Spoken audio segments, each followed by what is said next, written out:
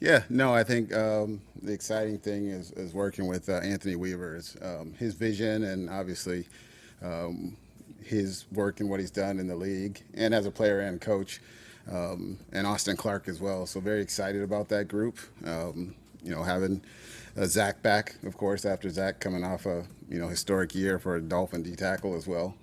Very excited, but the group we have, we're targeted players, really like their potential and what they can be. So we feel good about the group. These guys, we were talking about them today. They've been in working hard already, and it's a really good group. And starting to see that bond come together with that group, and they're all competing hard. And so anyway, with the roster, it's not a priority, but it's obviously any player that we can add that helps our roster is a good impact player. We'll take. It doesn't matter what position. Well, Dr. Phillips, I don't want to speak for him, but no, it's been fun watching those guys. They've been rehabbing like crazy, and you guys know them. They're kind of maniacal of just how they attack it, and so, I don't put any timelines or pressure on it. Our doctors have done a great job working with them and working through the process. So, any timelines I wouldn't feel comfortable with, and until we get to training camp, we give you guys more information then. But in terms of the roster, again, it's always the best player available, as we've talked about over the years, and so at whatever position that is that can impact us in round one, if we have that pick, we'll be excited to add them. Yeah, no, I think talking about players, obviously, you've seen here the last couple of years with some of the injuries we've had late in the season, the versatility of players is key. So guys that can play all along the offensive line or in the secondary, move around, that's really important for depth and building teams. So it helps. We're always looking for those players that can and do more things because I think it just helps your roster. For us, we'll always keep looking for players that can do more.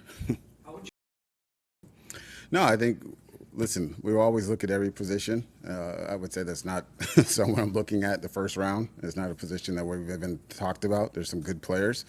But, we're very happy with Tua and where he is with us. So, but at some point, I wouldn't say we're not going to draft a quarterback at any point. I mean, we took Skyler here, in the seventh round years ago. So you always look at opportunities for where you can add depth in your roster. And so I just think that goes across the board for any position.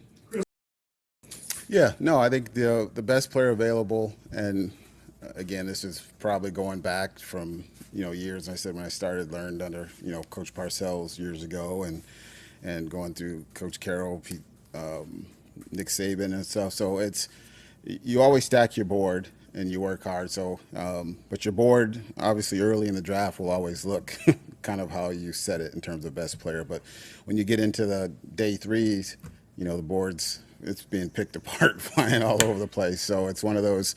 And I think sometimes when you get late in the draft, you end up looking for depth or to filling holes in your roster. But for the most part, I think most teams would be early in the draft. You're always going to take the best player available for the first couple rounds because that's where you probably have the most control of how your board looks in terms of how you spent all the offseason ranking in terms of all your time with the coaching staff and scouts to build it.